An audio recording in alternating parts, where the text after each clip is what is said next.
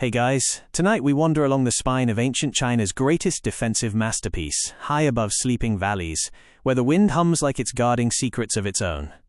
You're standing on a narrow stretch of stone that coils over the mountains like a dragon frozen mid-slither, and the moonlight brushes the battlements in soft silver. It feels peaceful now. Almost too peaceful. But centuries ago, this very spot trembled with tension. Watchful eyes scanning the horizon for dust clouds and distant riders. And honestly, you probably won't survive this, not because of invading armies, but because climbing these steep, uneven steps in ancient armor would absolutely destroy your legs before sunrise. So before you get comfortable, take a moment to like the video and subscribe, but only if you genuinely enjoy what I do here. And while you're settling in, drop a comment with your location and local time. I love seeing where in the world you're listening from as we drift through history together. Now dim the lights, maybe turn on a fan for that soft background hum, and let's ease into tonight's journey together. You take your first slow step along the wall. The stone beneath your boots is uneven, slightly slanted in places, worn smooth by centuries of footsteps. The crenellations, those rectangular gaps along the edge, frame the dark northern plains beyond. You lean against the cold brick and imagine what it would feel like to stand here as a guard, eyes narrowed, heart steady, waiting. The Great Wall is not a single wall. That's the first thing you realize as you walk.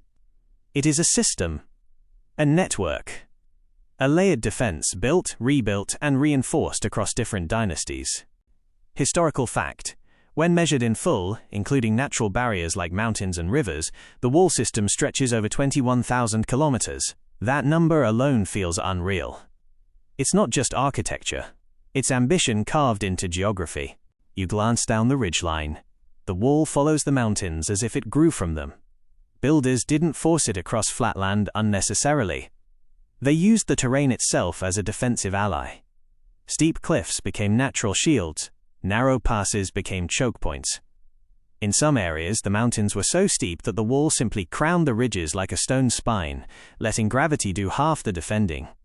Scholars still argue whether the wall was primarily a military necessity or a grand political statement, a way for emperors to project power across vast frontiers. Standing here, it feels like both. It feels practical and theatrical. The wind slides past you again. You imagine earlier versions of this wall, long before the neat brick sections restored today. During the Qin dynasty in the 3rd century BCE, the first emperor ordered the linking of regional walls built by rival states. That unification project was massive. Laborers compacted layers of earth between wooden frames, a technique known as rammed earth. Surprisingly strong, especially in dry climates, those early sections were rougher, less refined than the later Ming brick walls. You run your hand across the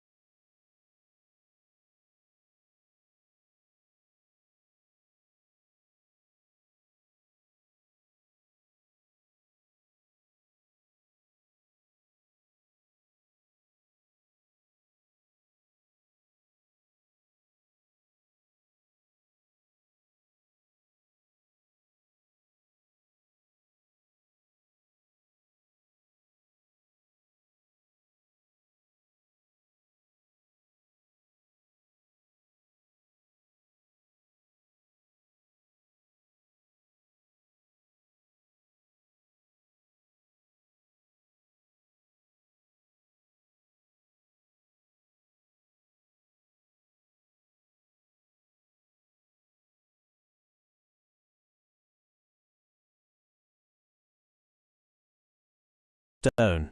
Some bricks